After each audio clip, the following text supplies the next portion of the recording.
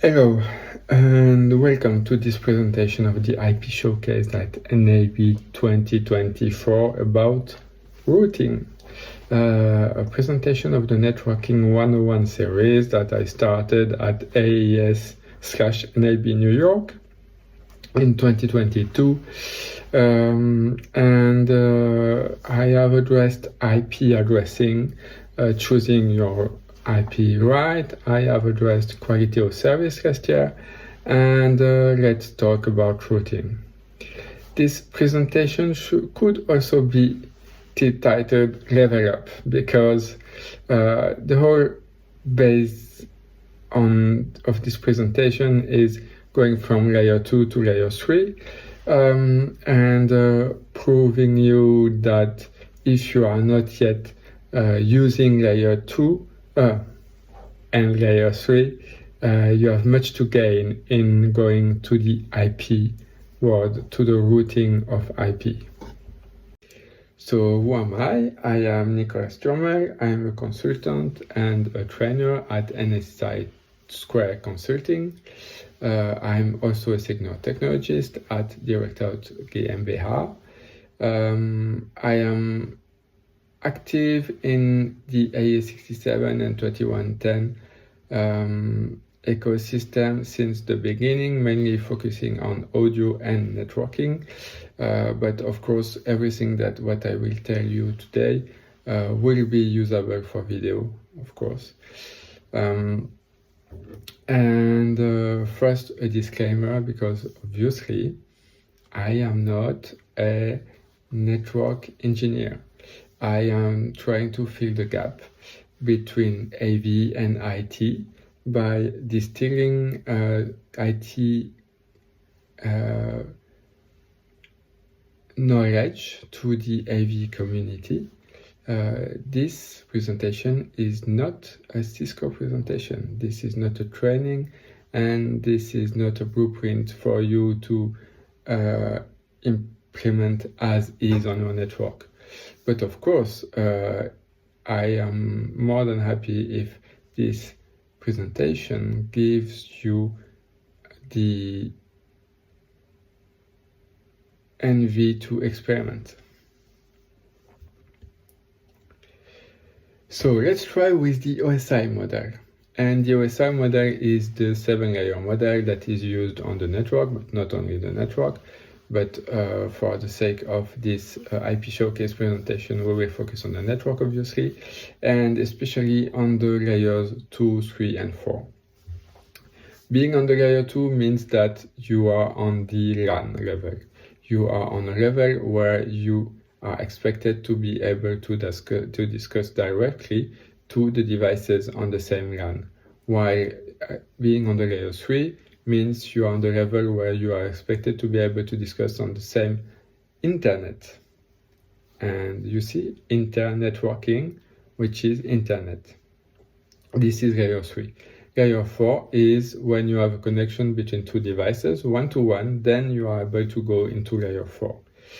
So this means that the higher you go into the OSI model and the more segregated, the more pinpoint into a specific thing you are in your communication. And of course, what is interesting us for this presentation is the IP address, which, as we said, is the layer 3 of the network, and it is for internetworking. All IPs must be unique when doing internetworking. And there is one internetwork that you know very well, that you are using every day, and this is the internet. But it's not the only one. Often people try to mix private address and routable address, and they say, oh, you are using a private address, this is not routable. It's obviously wrong, but it's not routable on the internet, because the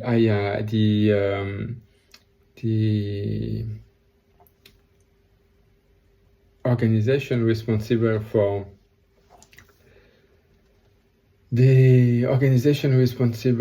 allocating internet addresses chose some subnets that are flagged as private IPs, but you can use these subnets to do internetworking. To do basically, what is internetworking? It's a mesh of subnets that can communicate with one another. So IP is the base of networking with Dante, ST2110, NDI, AES67.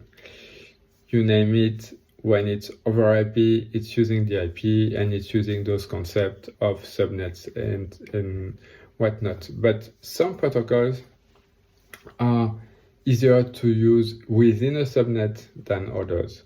And why we do that? Because within one subnet, we are on the same broadcast domain, which means that you are on a domain where you can directly communicate with every device without having a third party in the middle.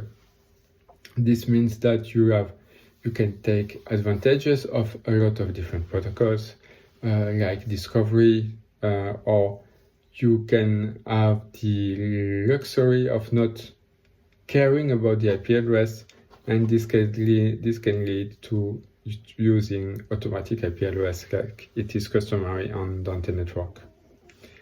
But you will do that only if you do not have the need of interacting with other networks. And especially in the layer 2, so in the same broadcast domain, while it has the advantage of simpler communication, it can also mess with some protocols. You do not want to mix multiple protocols on the same layer 2. Hence, AES67 and ST2110 who try to find a interoperability layers within those protocols.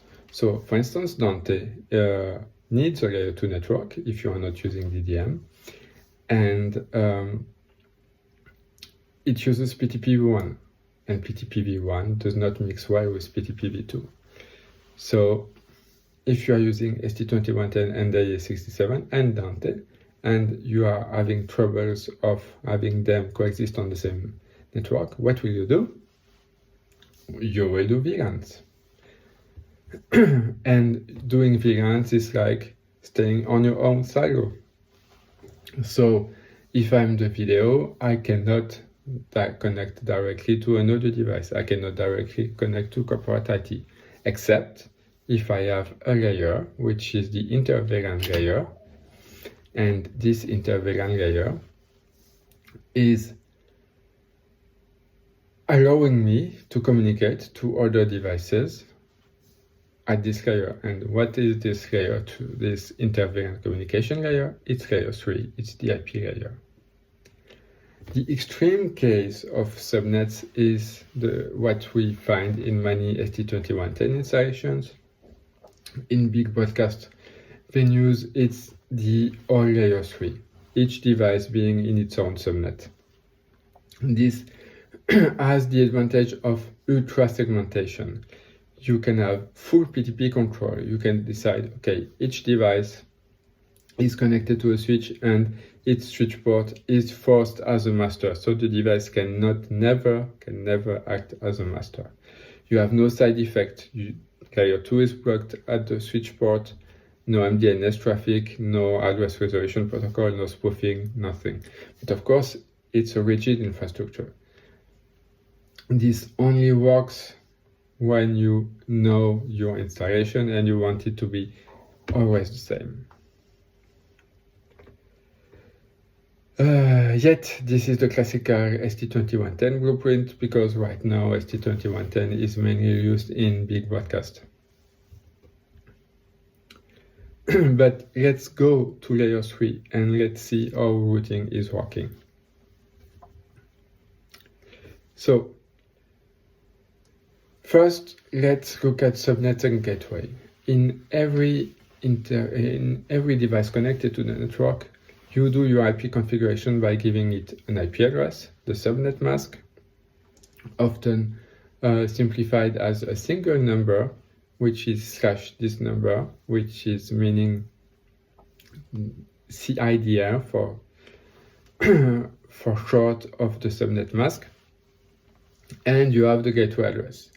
So look at the broadcast domain as a room. Inside the room, you can talk to everybody, and everybody will hear you when you talk. But if you want to talk to another room, you have to go through the door of this room. This is the function of the gateway. The gateway is doing routing and is acting as a router. A router is a network device that has multiple networks connected to it. So often it will have multiple network interfaces, and when a packet arrives into the router, it will be sent to the right output port, to the right network interface, based on its destination address. And for that, it is using a routing table. A routing table is used as follows. I look at my destination address, and the router will give me the next hop, so where I need to take the packet next. For instance, I receive a packet to 10.0.1.1.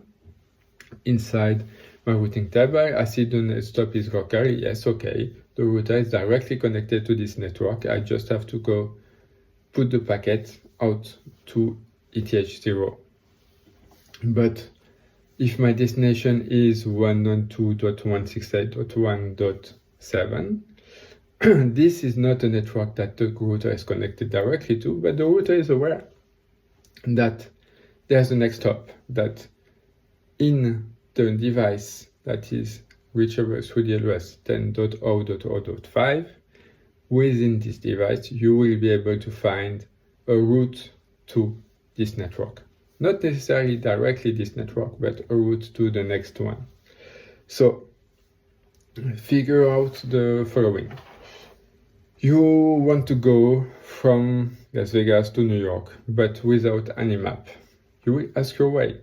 You will ask people, well, what is the shortest route to go from Las Vegas to New York?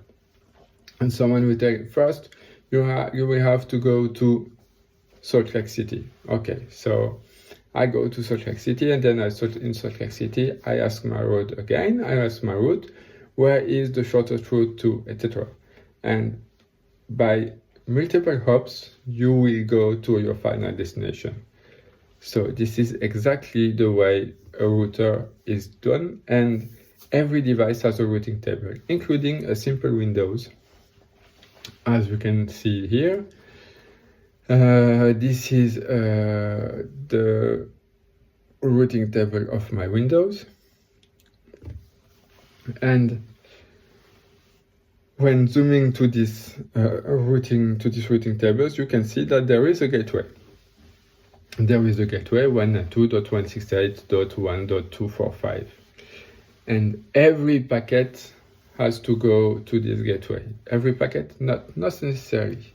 What is defined as every packet is because we have the destination O.O.O.O, and the net mask O.O.O.O, which means everything. But the router and the network stack, which is doing the routing, is clever enough to note that there are some addresses that are directly accessible to the device. And if a packet has to go to those addresses, they will go to the right interface. So only when the computer cannot reach directly the network, it will go through the gateway. So you can see here, for instance, that the networks 10.100.22.0, they have no gateway, they have an on-link, so which means directly accessible. You have the 192.168.0, which is also on-link, etc. And what is my gateway? So my gateway is a router that we have to choose the next direction, the next hop for my packet. And this is not done via another routing table. So we are here on my router, that is the gateway for the Windows that we saw on last slide. And the default is the public IP, which is masked here, so it's a black rectangle. But you can also see that there are other routes.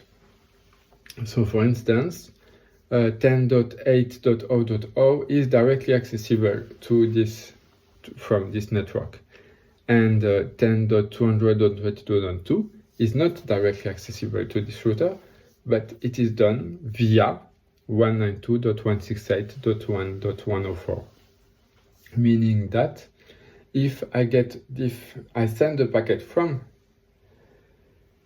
my Windows to 10.200.22.1, it will arrive to this router, and this router will then send it again to another hop, which is 192.168.1.104. So it's the same for the internet. The internet, it's a gigantic set of routing tables. And you might have experienced that in 2021, when Facebook was unplugged virtually from the internet with an error on a configuration file. And by sending this configuration file on the internet, all the internet servers and routers did not have the route to Facebook anymore.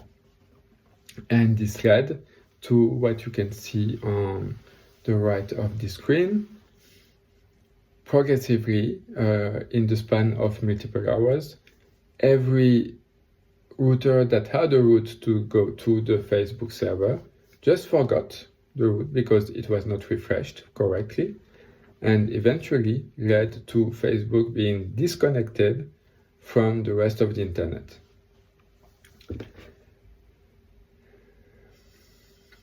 So this is why we have multiple routes, and this is why we have the metric that you may have saw before when I presented the routing table. The metric is an indicator of the length of the route. For instance, here from router 1 I can go to router 3 directly or via router 2. Obviously, going through router 2 might be more expensive, might be longer, but if my connection to router 3 is broken, it's my only route that is left. So in my routing table, I will have two routes to router 3. One via router 2, which will be expensive with a big metric, and one to router directly to router 3, which will have the lowest metric. And those multiple paths, they can be used for the benefit of the infrastructure. They can be based on selecting the route based on the source address, the protocol, or even for load balancing. So if you have two routes to go from one destination to another, then some packets will go to one route, some packets will go to the other routes, and you are basically compounding all your available bandwidth from one route to another. This is also the basic idea of spine leaf.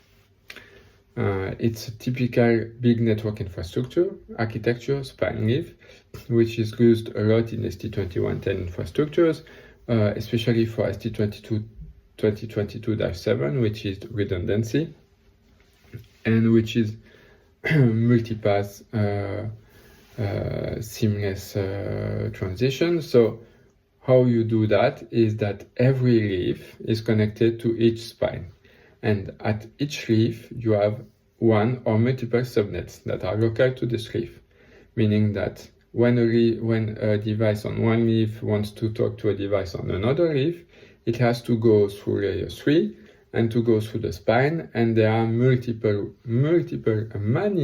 different routes to go from one leaf to another. Those routes can use another leaf or can use another spine, etc. But of course, the shortest route will always be a spine, but if the connection is broken at multiple points, then the connection is still available. So this is the way, the best way to have your network infrastructure, because it will always have a route from one place to another, at least always, in most cases.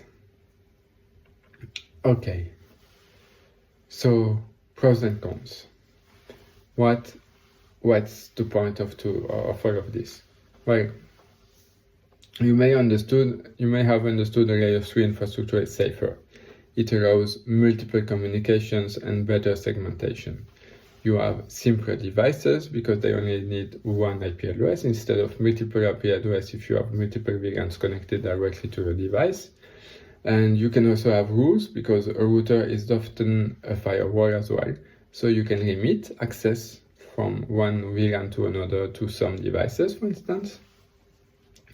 Of course, this is more complex to set up, but it also pays off because what you get in complexity in setting up the infrastructure, you will earn in simplicity by easier maintenance and debugging.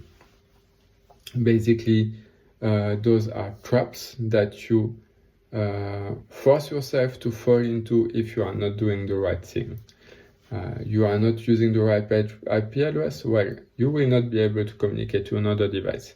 And you will soon learn that you use the wrong IP address, and it will be easy for you to debug. Furthermore, on most layer 3 networks, configuration of the routing table is not done manually, but automatically with protocols like BGP, the Border Gateway Control, which is used on the internet mostly, and OSPF, which is used on smaller networks. And OSPF especially is widely available on switches, even mid-tier switches from, but mid-tier business switches, like still expensive switches, but 2110 switches from Netgear, Arista, and Cisco, they all can do OSPF, so they are all ready to deploy on layer 3 infrastructure.